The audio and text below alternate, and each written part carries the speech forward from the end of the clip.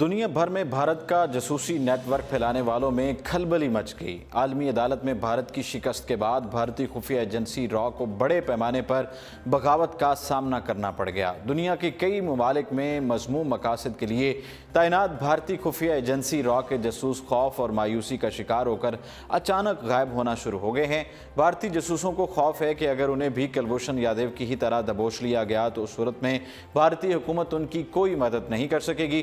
مذکورہ صورتحال نے بھارتی خفیہ ایجنسی را میں بھی اندرونی طور پر ہنگامی صورتحال پیدا کر دی ہے، جبکہ را کے سینئر افسران اور اہلکاروں نے بھی مشاورت شروع کر دی ہے کہ جاسوسوں کے مابین پھیلنے والی عدم اعتمادی کو کس طرح ختم کیا جائے۔ ذرائع کے مطابق افسران اس بات پر قائل ہو گئے ہیں کہ اگر اس صورتحال کو ابھی نہ روکا گیا تو مستقبل میں خود را کو ہی مشکلات کا سامنا کرنا پڑ سکتا ہے۔ یاد رہے کہ 17 جولائی کو عالمی عدالت نے کلبھوشن کیس میں دائر درخواست میں بھارت کی طرف سے کی گئی اپیلیں مسترد کر دی تھیں۔ عدالت نے قرار دیا تھا کہ دہشت گرد پاکستان کی تحویل میں ہی رہے گا۔ آئی سی جے کی جانب سے کلبھوشن کی گرفتاری کی بر وقت اطلاع نہ دینے کا الزام مسترد ہونے سے بھی بھارت کو سبکی اٹھانا پڑی۔ عدالت نے پاکستانی موقف کی بھرپور پذیرائی کی اور واضح کیا کہ اسلام آباد نے ذمہ داری کا مظاہرہ کرتے ہوئے بھارتی ہائی کمشنر کو بلا کر تمام تفصیلات سے آگاہ کیا تھا۔ عالمی عدالت کے مطابق کلبھوشن یادیو بھارتی نیوی کا افسر ہے، کئی بار پاکستان غیر قانونی طور پر گیا۔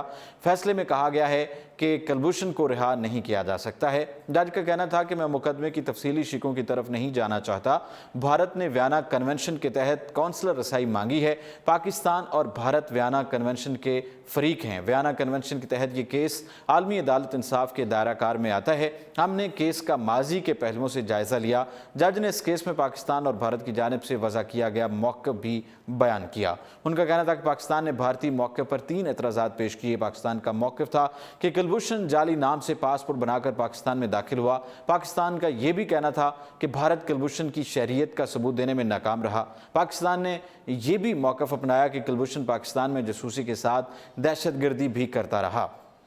جاسوسی کے مقدمے میں کونسلر رسائی نہیں دی جا سکتی۔ عالمی عدالت انصاف نے کلبھوشن تک بھارت کو کونسلر رسائی دینے کا حکم دیا اور کلبھوشن یادیو کی رہائی سے متعلق بھارتی درخواست مسترد کر دی تھی۔ فی الوقت اتنا ہی، اور آپ دیکھتے رہیے اردو پوائنٹ۔